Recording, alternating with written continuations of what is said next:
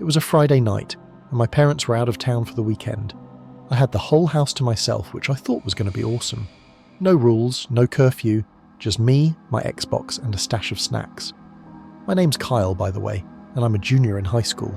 My best friend Ethan was supposed to come over, but he bailed last minute because he had some family thing, so I was left to enjoy the night solo. I settled into the couch, turning on some random horror movie I found on Netflix. The wind outside was howling, which added to the whole creepy vibe, but I was too focused on the movie to care. Halfway through, I heard a noise coming from upstairs. A soft thud, like something falling. I paused the movie and listened, but everything was silent again. Probably just the wind or the house settling, I told myself. I shrugged it off and went back to the movie. But then it happened again, this time louder, a definite thump from upstairs, like someone walking.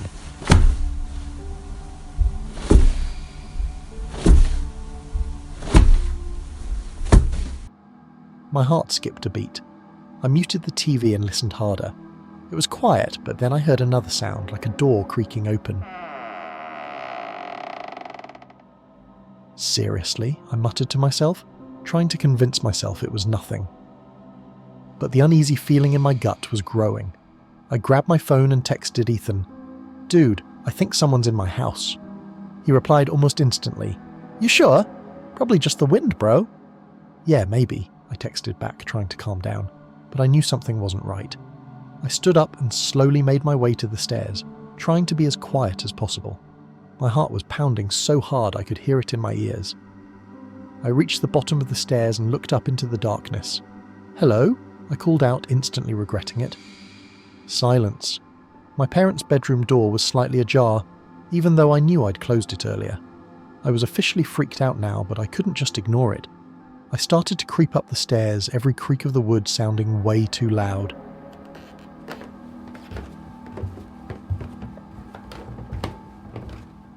When I got to the top, I noticed that not just my parents' door, but all the doors were slightly open. I could feel the hair on the back of my neck standing up. Something was definitely wrong. I wasn't about to check those rooms without something to defend myself. The thought of opening those doors unarmed made my stomach turn. So I slowly backed down the stairs, trying to be as quiet as possible. Every step felt like it echoed through the whole house. When I reached the kitchen, I grabbed the biggest knife I could find from the drawer. Holding it felt weird, like I was suddenly in one of those horror movies I was just watching. My hands were shaking a bit, but having the knife made me feel a little less vulnerable. I stood there for a second, trying to decide what to do next. The house was eerily quiet, but I could still feel that weird tension in the air, like something was just waiting to happen. The shadows seemed darker, and every creak or groan from the house made me jump. With the knife in hand, I figured it was time to man up and check upstairs. But before I could even take a step, I heard a noise that made my blood run cold. A faint but unmistakable sound of someone whispering my name. Kyle. It was so soft, almost like it was carried on the wind, but I knew I wasn't imagining it. I froze, my heart racing. The whisper came again, but this time it was clearer, more distinct, like whoever it was closer. I gripped the knife tighter, my mind racing. Was someone messing with me? Was this some sick prank Ethan was pulling? No way, he couldn't have gotten here that fast, and he wouldn't be this creepy about it. Kyle. This time it came from the living room. My eyes darted toward the entrance to the room, but it was pitch black in there. I didn't know what was worse, not being able to see who was calling my name or the fact that they could see me. I decided to stay in the kitchen where at least there was some light. The darkness of the living room felt like it was swallowing the whole house, and I wasn't about to step into it. I gripped the knife so hard my knuckles turned white, and I kept my back against the counter, my eyes locked on the doorway leading to the living room. The whispering stopped, but the silence that followed was somehow worse. My whole body was tense, waiting for something to happen. The light in the kitchen flickered slightly, making my heart jump into my throat. I had to keep reminding myself to breathe. I thought about calling Ethan again, but what would I even say? "Hey man, I'm totally freaking out right now because I think someone's in my house whispering my name." He'd think I was losing it. Then, out of nowhere, there was a loud bang from upstairs. Like something heavy had been thrown against a wall. I flinched, my heart pounding harder than ever. The whispering started again, but this time it sounded more desperate, almost pleading. "Kyle, come upstairs." There was no way I was going up there now. I stayed put, clinging to the knife and trying to stay in the light. The kitchen felt like the only safe place left in the house. The whispering continued, each time sounding more urgent, more insistent. The light in the kitchen flickered again, this time longer, like it was struggling to stay on. I cursed under my breath, praying it wouldn't go out completely. I wasn't sure how much more of this I could take. I couldn't take it anymore. The flickering lights, the whispers, the feeling that something was lurking just out of sight. I needed to get out of the house, fast. Gripping the knife tightly, I bolted for the front door, not even caring how much noise I was making anymore. My feet pounded against the floor as I crossed the living room, the darkness pressing in around me. I reached the front door and yanked it open, the cool night air hitting me like a blast of sanity.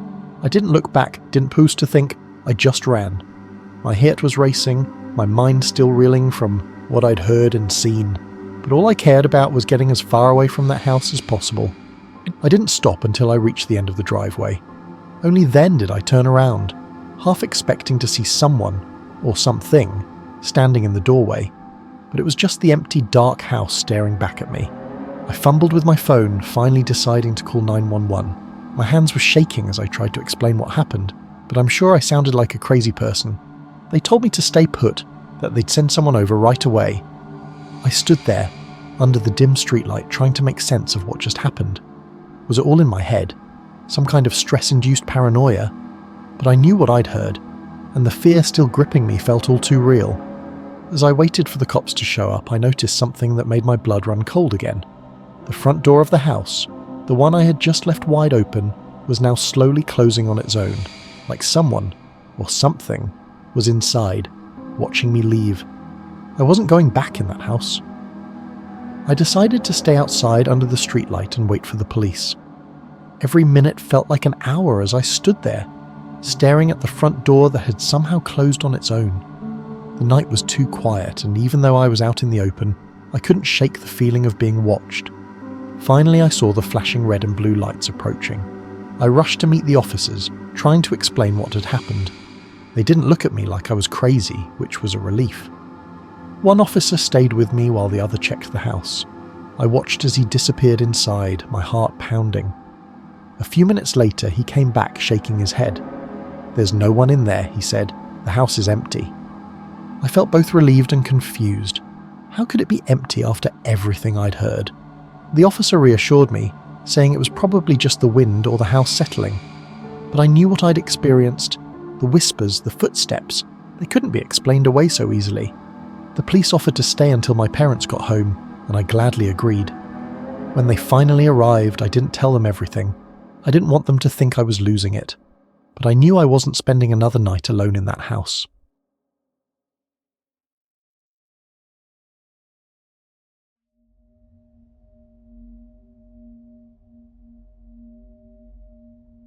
So I got this babysitting gig on a Saturday night, which was supposed to be easy money. The parents were going out to some fancy dinner, and I just had to watch their kid, Maisie, until they got back. Maisie was about 6, super cute, and really into dolls. Like she had a ton of them lined up on her bed when I put her to sleep, all staring at me with those creepy glass eyes. Anyway, after she fell asleep, I went downstairs to chill on the couch. I was scrolling through TikTok when I heard a weird noise upstairs. At first, I thought it was just Maisie tossing and turning, but then it got louder, like something was moving around up there. I paused the video I was watching and listened harder, trying to convince myself it was nothing. But then, I heard a soft thump, like something falling on the floor. My heart started to race a bit, but I told myself it was just one of Maisie's dolls falling off the bed. Still, I couldn't shake the feeling that something was off. I decided to go check it out just to be sure. I crept upstairs, trying not to freak myself out too much. When I got to Maisie's room, the door was slightly open, even though I was sure I'd closed it. I pushed it open slowly, peeking inside. Maisie was still fast asleep, but one of her dolls was lying on the floor. The weird thing was, it wasn't just any doll. It was this old porcelain one with cracked paint and a creepy smile. I hadn't noticed it before, but now it was sitting upright in the middle of the room like someone had just placed it there. My stomach did a little flip. I was about to pick up the doll and put it back on the bed when I noticed something even stranger. The rest of the dolls were all facing the wrong way, like they'd been turned to look at the wall instead of at Maisie. I didn't remember doing that, and I knew Maisie hadn't been out of bed since I tucked her in. I took the doll with me, cradling it awkwardly as I headed back downstairs. It felt heavier than it looked, and something about it just gave me the creeps. I decided to stash it on a shelf in the living room, far from Maisie's room. I'd put it back when the parents got home. No way I was dealing with that thing all night. I settled back on the couch trying to get comfortable, but I couldn't stop thinking about that doll. The way it looked, the way the other dolls were turned around, it all felt wrong. I kept glancing at the shelf, half expecting the doll to have moved or something, but it just sat there, lifeless and creepy as ever. A couple of hours passed, and I almost convinced myself that I was just being paranoid. The house was quiet, the clock ticking softly in the background, and Maisie hadn't made a sound since I'd tucked her in. I finally started to relax, scrolling through my phone and letting the TV play in the background. But then I heard a soft thud from the shelf where I'd placed the doll. My heart skipped a beat. I turned slowly, my eyes darting to where I'd left it. The doll hadn't moved, but a book that had been leaning on the shelf had somehow fallen to the floor. I stared at it for a moment, trying to convince myself it was just gravity or something. But the air in the room felt heavier, like I wasn't alone. I got up from the couch, my heart pounding a little faster as I walked over to the shelf. I picked up the book and placed it back where it had fallen from, but I couldn't shake the uneasy feeling that something was off. I scanned the rest of the shelf, checking to see if anything else had moved. Everything seemed normal, but then I noticed something strange. The dust on the shelf. There was a clear outline where the book had been, but right next to it, the dust was disturbed, like something else had been there before. The doll was still sitting where I'd left it, but now it felt like it was watching me, even though I knew that was impossible. I leaned in closer, inspecting the shelf, but there wasn't anything out of place besides the book. I tried to brush it off as my imagination running wild, but the unease wouldn't go away. I stepped back, glancing at the doll again, and I could have sworn its head was tilted just slightly more than before, like it had shifted ever so slightly. Shaking off the thought, I decided to just put the book back and leave the doll where it was. No need to freak myself out even more. I returned to the couch, trying to focus on my phone, but I couldn't help glancing at the shelf every few minutes, half expecting something else to happen. I grabbed my phone and shot a quick text to my friend Morgan. "Hey, I'm babysitting and this doll here is seriously freaking me out. It's one of those old porcelain ones and I swear it keeps moving or something. What should I do?" I waited for what felt like forever, my eyes flicking back to the shelf every few seconds. The doll was still sitting there, just as creepy as before. My phone buzzed, and I almost jumped out of my skin. It was Morgan. "LOL, that's super creepy. Maybe just put it in a closet or something, or yeet it out the window, but seriously, if it's that weird, maybe you should just keep it out of sight." I laughed a little at the yeet it out the window part, but the idea of getting it out of sight wasn't bad. The more I looked at it, the more uneasy I felt. The house was too quiet, the kind of quiet that makes every little noise sound suspicious. Morgan texted again, "Or you could just chill and wait for the parents to get home. They'll probably think it's funny that the doll freaked you out. Unless it really is haunted." I rolled my eyes, but I couldn't shake the feeling that something was seriously off. Maybe getting rid of the doll, at least temporarily, wasn't such a bad idea after all. I decided to leave the doll on the shelf but kept glancing at it just in case. I tried to distract myself with my phone and the TV, but every time I looked up, that doll seemed to be staring right back at me. I kept telling myself it was just in my head, but the uneasy feeling in my gut wouldn't go away. The minutes dragged on, and I started to hear faint noises, like soft creaks and taps, coming from around the house. At first, I tried to ignore them, figuring it was just the house settling or maybe the wind outside. But then the sounds grew louder, more distinct. It almost sounded like footsteps upstairs, pacing back and forth. I froze, my heart pounding in my chest, and strained to listen. And then, the unmistakable sound of something being dragged across the floor came from directly above me, right where Maisie's room was.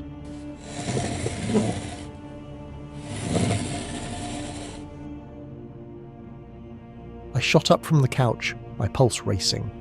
There was no way Maisie was awake. She'd been out cold when I checked on her earlier. I stared up at the ceiling, my breath catching in my throat. The dragging sound continued, slow and deliberate, like something heavy was being moved.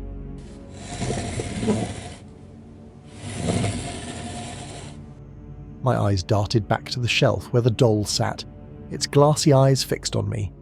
It hadn't moved, but I felt an overwhelming sense that something was seriously wrong. Then, out of nowhere, the TV screen flickered and went black, leaving the room in complete silence. The only sound left was the steady thump of my heartbeat echoing in my ears. I fumbled for the remote, trying to turn the TV back on, but nothing happened. The room was dark except for the faint glow of my phone screen. The dragging noise upstairs stopped abruptly, replaced by a deafening silence. My nerves were shot and I couldn't sit there doing nothing anymore. I had to know what was going on. My hands were shaking as I grabbed my phone and dialed the parents' number. The line rang a few times before Maisie's mum picked up, her voice cheerful and completely unaware of the growing dread in the pit of my stomach. "Hey, everything okay?" she asked. "Yeah, not really," I stammered, my voice trembling. "There's been some weird noises upstairs and I'm really freaked out. I think you should come home, like, right now." She hesitated, probably thinking I was just being a paranoid teenager. "Are you sure it's not just the house settling? Old houses can be noisy." "I don't think so," I whispered, glancing up at the ceiling again. It sounded like footsteps and something being dragged, and the TV just turned off by itself. "Please, can you come home?" "All right, we'll head back right away," she said, her voice more serious now. "Just keep an eye on Maisie until we get there. We'll be about 20 minutes.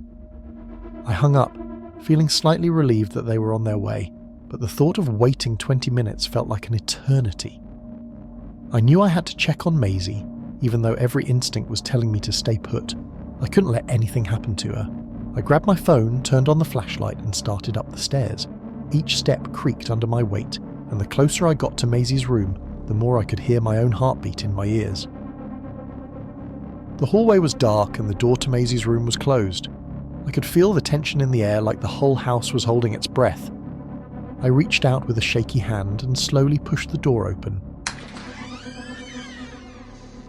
The room was dim, lit only by the soft glow of a nightlight in the corner. Maisie was still in bed, but something wasn't right. The blankets were pulled up to her chin, and she was lying perfectly still. Too still. Then I noticed something that made my blood run cold.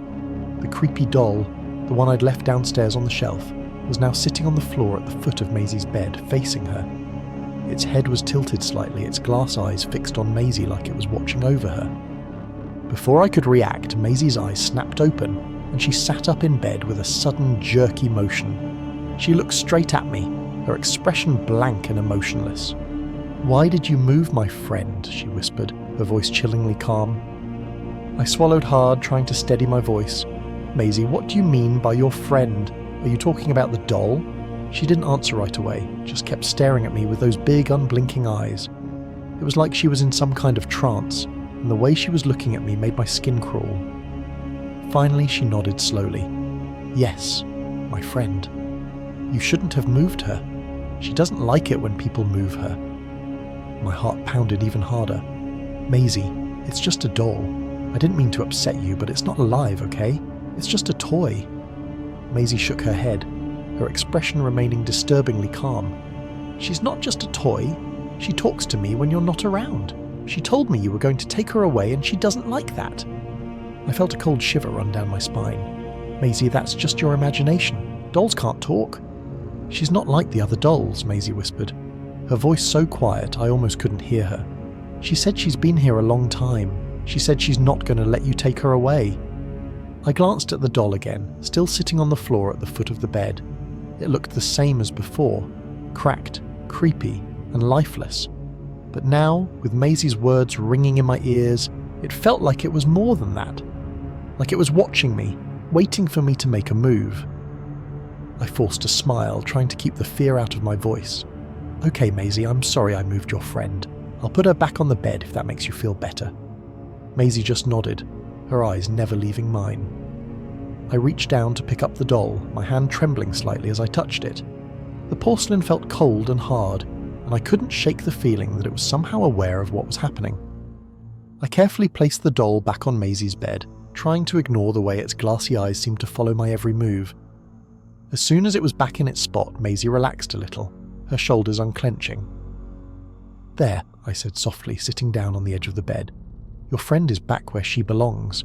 But Maisie, can I talk to you about something?" She nodded, still watching the doll closely. "Some weird things have been happening tonight," I began, keeping my voice as calm as I could. "When I was downstairs, I heard noises, like footsteps and something being dragged.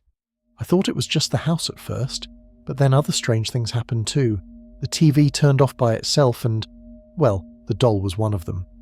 Maisie didn't say anything, but her eyes flicked to mine, curious now. "When I went back upstairs to check on you," I continued, "the doll was back in your room, even though I left it downstairs. And there was this weird noise, like something was moving around up here. I don't know how it happened, but it really scared me." Maisie looked down at the doll, her fingers tracing the edge of its dress. "She didn't want to be alone," she said quietly. "She wanted to be with me." A chill ran down my spine. I tried to push it away, to stay logical, but the way Maisie was talking about the doll made my skin crawl. "Maisie, I think maybe this doll is... I don't know. Maybe it's just too old, or maybe it has a strange history, but it's making me really uneasy. Have you ever noticed anything weird about it before tonight?" She hesitated, then nodded slowly. "Sometimes, when I wake up, she's in a different place than where I left her, but she never hurts me. She says she's just trying to protect me." My heart skipped a beat. "Protect you? From what?" Maisie shrugged. "She doesn't say, just that she's here to keep me safe." I didn't know what to say. The whole situation was getting more bizarre by the minute, and I couldn't figure out if this was just a little girl's imagination running wild or if there was something truly strange going on. I forced a smile, trying to keep the unease out of my voice. "Okay, Maisie, if the doll makes you feel safe, then it's okay for her to stay with you. But why don't you try to get some sleep now? I'll be right downstairs if you need anything, all right?" Maisie nodded, seeming content now that the doll was back on the bed. "Okay," she murmured, lying back down and pulling the covers up to her chin. I stood up, my legs feeling a little shaky, and backed out of the room slowly. I couldn't help but glance at the doll one last time before closing the door. Its eyes seemed to gleam in the dim light, as if it knew something I didn't. Once I was out in the hallway, I took a deep breath, trying to calm myself down. I told myself that everything would be fine as long as I kept Maisie safe and waited for her parents to get home. The minutes felt like hours as I made my way back downstairs and settled on the couch. I kept the TV off, not wanting to hear any more strange noises. I pulled out my phone, checking the time. The parents should be back soon, and I just needed to hold it together until then. I considered texting them about what Maisie had told me, but decided to wait until they arrived. I didn't want to alarm them more than necessary. As I sat there, I couldn't shake the feeling that I was being watched.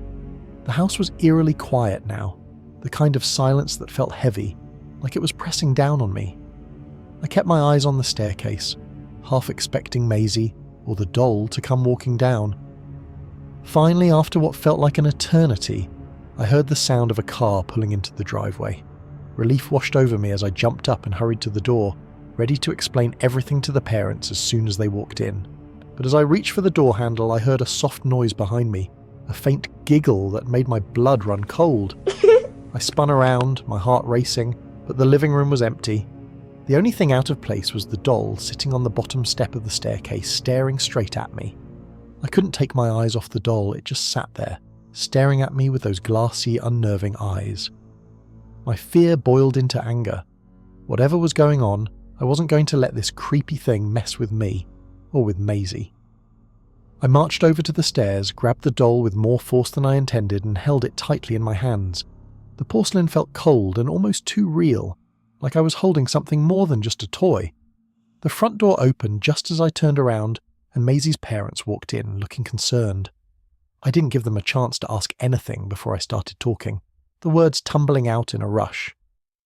"Something is seriously wrong with this doll," I blurted, holding it up.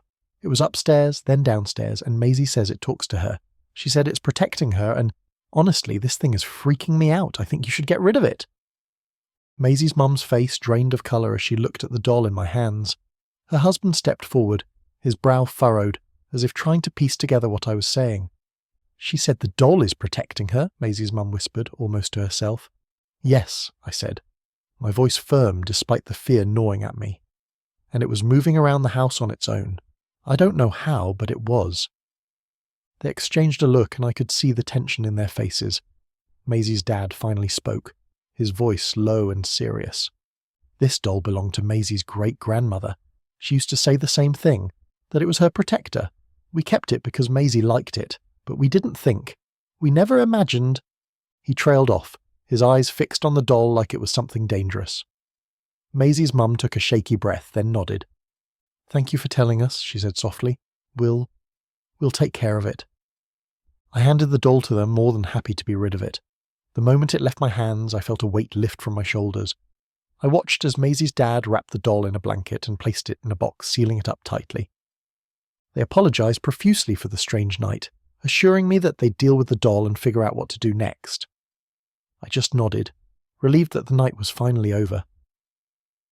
As I left the house, I couldn't help but glance back one last time, hoping I'd never have to see that doll again. But even as I walked away, I couldn't shake the feeling that those glassy eyes were still watching me, waiting for the next time they'd be set free.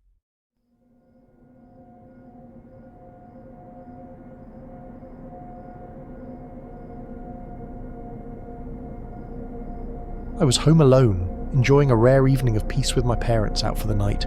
It was just me, my video games, and a pile of snacks. Everything was going perfectly until I heard a faint noise, a distant, strange sound coming from downstairs. At first I thought it was just the house settling or maybe a random noise from outside, but the sound kept coming, like something shifting or scraping against the floor.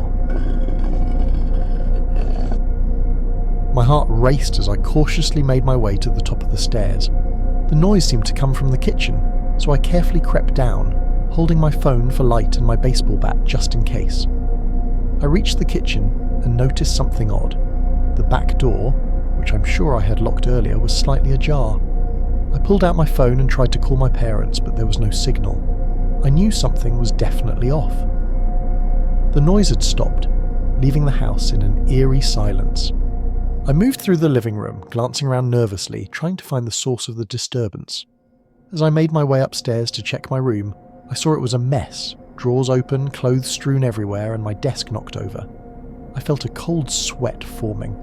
The noise had to be coming from somewhere up here, but I hadn't heard anything else. I heard a faint thump from the attic, a sound so soft I could barely make it out.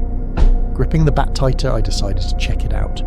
The attic stairs creaked under my weight as I ascended. The attic door was ajar and I peeked inside. The attic was in disarray, boxes tipped over, old belongings scattered. I couldn't see anyone, but something didn't feel right. I scanned the area, trying to spot any sign of movement. That's when I noticed a shadow flicker across the far corner of the attic, like someone had quickly ducked behind a pile of old blankets and boxes. Panic surged through me. I slowly backed away, not wanting to confront whoever might be hiding up there. I turned and fled downstairs, grabbing my phone and finally managing to dial 911. My voice was shaky as I described the situation.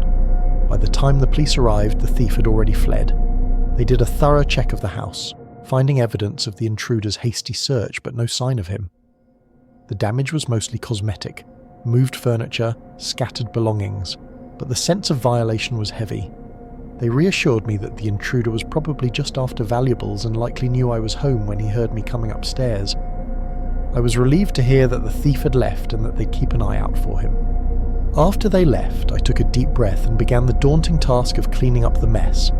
The house felt different now, like it was holding onto the tension of the night. I made sure to lock every door and window securely and set up some extra lights around the house. Even though I tried to get back to normal, every creak and rustle made me jump. I knew I'd be on edge for a while, but at least I was safe. The night had turned out to be a lot scarier than I expected, but I was just grateful everything was over.